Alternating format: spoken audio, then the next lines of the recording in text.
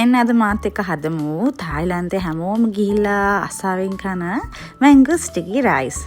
ඉතින් මේකට ඉස්සරෝම ජින්ජි බරස් කියලා හොඳට පොල් බෑවක් විතර ගා ගන්න ඕනේ. ගොඩාක් ටික් එකට කොකනට් ආසයි නම් ගෙඩියක් ගාගත්තත් කමක් නැහැ. ඉතින් මම ඉතින් ඔය ටින් කරපු ಜಾති ගන්න කැමති නැති නිසා මම පොල් ගාගෙන තමයි හදාගත්තේ. මේ ගත්තා ලංකාවේ කැකුළු හාල්.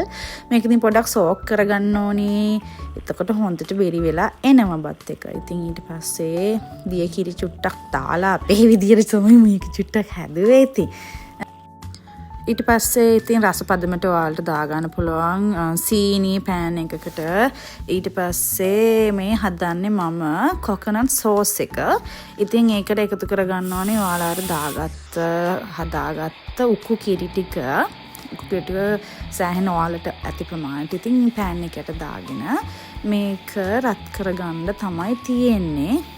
මේ සෝස් එක හදලා ඉවරනකම් මට කුතුහලයක් තමයි තිබ්බේ. සාමාන්‍යයෙන් පොල් කිරි වලින් හදන ඒවටත් මං වැඩි ආසනේ. හරිද? අජූත පාටක් ඒදි කියලා හිත තමයි මේ හදන්නේ. ඊට පස්සේ මේකට එකතු කරන්න ඕනේ වැනිලා සල්පයක්.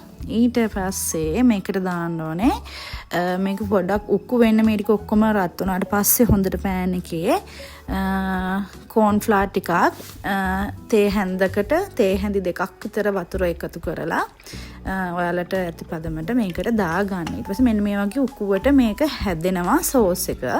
මෙන්න මේ වගේ තමයි ස්ටිකි රයිස් එකත් හැදිලා තියෙන්නේ. ඊට පස්සේ ඔයාලා ගන්න ඕනේ හොත්තට ඉඳිච්ච අඹ ගෙඩියක් කල්පොන්සාරි කර්තකොළඹන් හරි හොත්තට ඉදිලා තියෙන්න ඕනේ. මීටත් වඩා ඉදිලා තිබ්බත් කම නැහැ. ඒතර තමයි ඒක ගොඩක් රස. ඊට පස්සේ මෙන්න මේ වගේ කොම් පිටුවක් ගහ ගන්න ඕනේ. ලස්සන මේකකට හදලා ඔයාලට බැරි කමක් නැහැ නේ කොම් පිටු ගහන්න. ඉතින් මේ හදාගත්ත කොම් පිටුව උඩට දාන්න මේ හදාගත්ත white sauce එක. white sauce එක දාලා ඒකට අඹ තියලා ඒක උඩට දාන්න ඕනේ sesame seeds ටිකක්. ඉතින් මේකට රෝස්ටඩ් උනත් කමක් නැහැ. ඔයාලගේ රස අනුව එකතු කරගන්න sesame seeds. මම අමුයෙන් කන්න මාරාසයි මේක තියෙන කී රසට. ඉතින් එහෙම එකතු කරගෙන මම ඉතින් කන්න පටන් ගන්න යන්නේ. හරිද? මම කිරිබත් ෆෑන් කෙනෙක් නෙමෙයි. මම ගන්න ආස නැති කෑමක් තමයි කිරි රසට තියෙන බත්. ඒ වුණාට ගෑස්ට්‍රයිටිස් වගේ තිබුණ නිසා පහුගිය දවස් ටිකේ කිරිබතක් හදන්න ඕනේ කීකේ ඉඳී මට මේක මතක් වුණා. හරිද? හදලා බැලුවාට පස්සේ හිතුණා අනේ අම්මේ අම්බයි කිරිබතුයි මේ රහයි කීකී කනවා ගිහිල්ලා පිස්සුද කොහෙද කියලා හිතුවට ඇත්තටම මාරම රසයි. හරිද? අම්බයි කිරිබතුයි අර සෝස් එකෙන් තමයි මේකේ අර අමුතුම රස එන්නේ. හරිද? ඒ සෝස් එකත් එක්ක මික්ස් කරගෙන කාලා බලනකො මාරම රසයි. කන්න පටන් ගත්තාම කාලා ඉවර කරනකන් හදිස්සි.